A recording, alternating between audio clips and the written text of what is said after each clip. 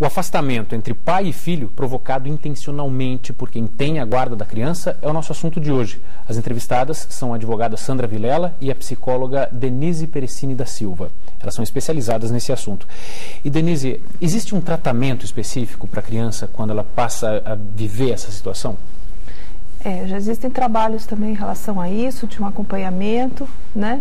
No sentido de ajudá-la a se conscientizar de que ela foi vítima dessa alienação parental, de que ela foi usada, né? De que ela foi envolvida nessa influência do alienador, para que ela possa resgatar esses vínculos, né? Retomar o vínculo com aquele pai que ficou afastado, se ainda dá tempo, se esse pai já não sumiu, já não faleceu, né? Buscar resgatar o que for possível, né? Para que essa criança não se sinta tão culpada em relação a tudo que aconteceu, não sinta tanto essa raiva que ela sentiria da mãe por ter sido usada, por ter sido manipulada, né?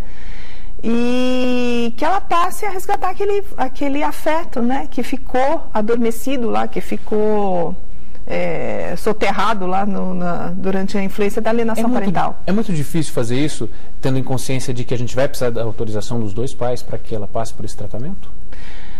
Olha, aí no momento em que ela passa a ter essa autorização dos dois pais, eu sempre falo que toda a terapia depende bastante da convivência, da colaboração de todos.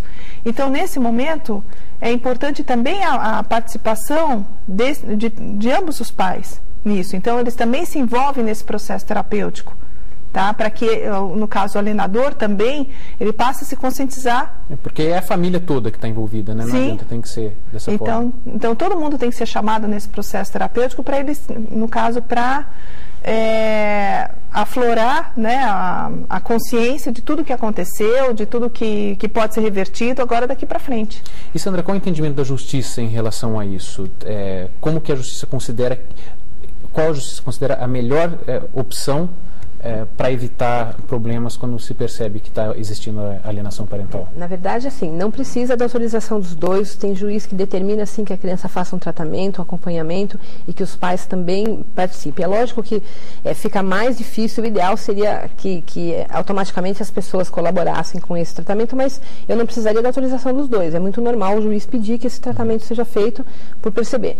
Mas, assim, até nos estudos psicológicos, dependendo do grau da alienação, o melhor tratamento é você inverter a guarda. Até porque também tem que pensar o seguinte, mesmo não falando em síndrome da alienação parental, a gente já tem aí uma tendência de que quando o juiz vai verificar quem tem melhores condições para deter a guarda, um item que ele vai ver é a disponibilidade dessa pessoa de permitir que a criança conviva com o outro. Então, aquele que garante isso, ele tem mais aptidão para deter uma guarda. Então, para salvar uma criança, para tentar resgatar uma criança, às vezes tem que inverter a guarda, porque para garantir que essa criança vai conviver com aquele que percebe a necessidade dela. Não em todos os casos, é lógico, né? Mas um item que já está previsto em lei, que os juízes estão utilizando e devem começar a utilizar mais ainda, é de ver a disponibilidade daquele genitor de permitir que a criança conviva com o outro, é uma aptidão que vai ter que ser levada em consideração na hora de definir uma guarda única. E para você provar que isso está acontecendo, qual seria o caminho mais adequado? Então, na verdade, assim, no Poder Judiciário a gente fala em provas, né? Eu acho que o pai, ele não pode ficar inerte, né? Então, quando começa a acontecer um dia, a criança está doente ou a mãe não quer deixar, ele já tem que começar a pensar em agir. Porque o Poder Judiciário é lento, apesar que eu acho, na minha opinião, que o Poder Judiciário não resolve esse tipo de problema 100%, ele começa a dar uma remediada, né? Certo. Então, assim, uma mãe que não permite a visita, ela pode responder criminalmente, o pai pode estar entrando com uma ação pedindo para que ela cumpra aquilo sob pena de pagamento de multa diário, sob pena inclusive de inversão de guarda. E quando não entra na questão as visitas que são exigidas por lei, por exemplo, no caso de um telefonema que não é permitido, de coisas que são ditas pelo telefone, impedir o pai de ir num aniversário da criança, então, tem como provar isso? Na verdade, assim, não tem como provar, mas os juízes, ainda mais aqueles que são de vara de família, são tão acostumados que aquilo é tão corriqueiro, infelizmente, que às vezes não precisa provar. Então, assim, o juiz sabe que infelizmente mãe não deixa falar no telefone e tenta alertar essa mãe, porque como é que vai uma ordem judicial falar, deixa falar? Eu já vi juiz obrigando que a criança andasse com o celular, mas é muito triste, a gente não deve encontrar essa saída dentro do Poder Judiciário, ele não vai responder a tudo. A gente vai ter que encontrar, sim, um tratamento psicológico ou coisa parecida. Mas o que o pai, na minha opinião, ele tem que ficar muito antenado para não deixar com que a força da guardia cresça muito.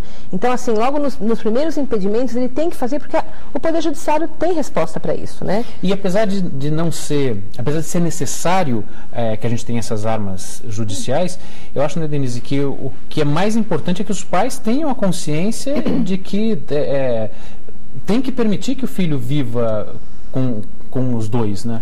Sim, essa conscientização é imprescindível, né? Eles têm que ter a noção de que a criança precisa dos dois, ela precisa formar as imagens de cada um dos pais, para ela mesma criar sua identidade pessoal, sua identidade sexual, né, e se em relacionamentos. Vamos supor que seja um padrasto realmente que cumpra o papel de pai e tudo mais, a criança sabendo que o pai dela está em outro lugar, isso causa alguma confusão? É melhor que o pai biológico cumpra esse papel?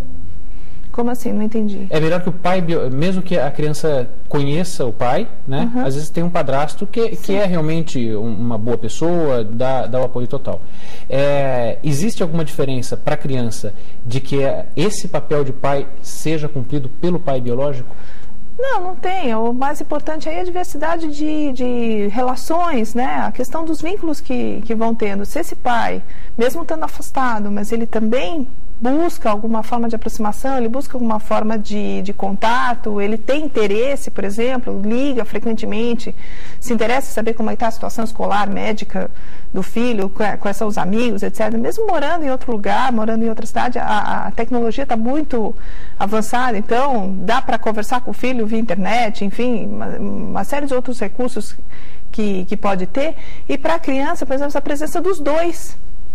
Certo, eu imagino que não é necessário uma amizade, mas que a criança perceba que exista respeito entre todos os adultos. Vínculo, né? Não necessariamente sentar do lado.